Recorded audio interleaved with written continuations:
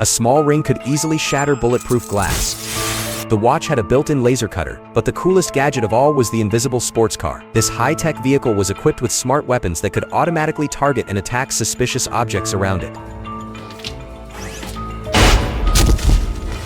Armed with an arsenal of cutting-edge technology, Bond drove the invisible car deep into the Arctic, heading toward a secret base. Above the base, a mysterious substance carried by a satellite was slowly unfolding. It was an artificial sun developed by a wealthy businessman, designed to absorb solar energy and turn night into day upon activation.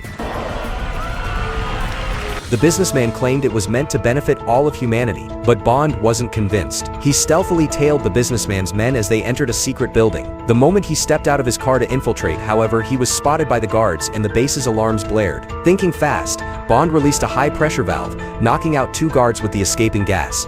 But more were closing in. Suddenly, a woman pulled him into the shadows. She was another MI6 agent, who had been planted near the businessman under orders from the agency. Bond didn't doubt her identity, and exchanged intelligence with her. At that moment, another female agent descended from above. The infiltration was successful, but just as she began investigating, the businessman ambushed her from behind, knocking her unconscious with an electric shock.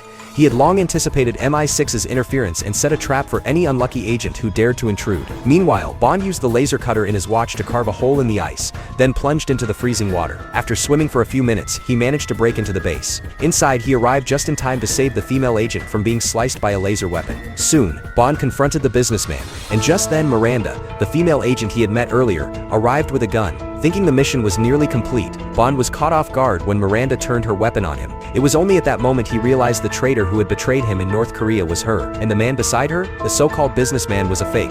At the critical moment, Bond twisted his ring, instantly shattering the glass floor beneath him. Amid a storm of gunfire, he miraculously escaped the base, jumped into a speedboat, and raced across the icy waters. But the imposter wasn't about to let him go so easily. With a powerful weapon activated, a dazzling beam of energy shot toward the ice, shattering it into pieces. Everything the beam touched turned into a fiery inferno. Before long, Bond was cornered at the edge of a cliff. Just in time, he deployed a grappling hook, stopping the speedboat from plummeting to the depths below. Ever resourceful, he quickly fashioned a makeshift glider, riding the fierce ocean winds over the raging sea. Against all odds, he managed to land safely, escaping death once again.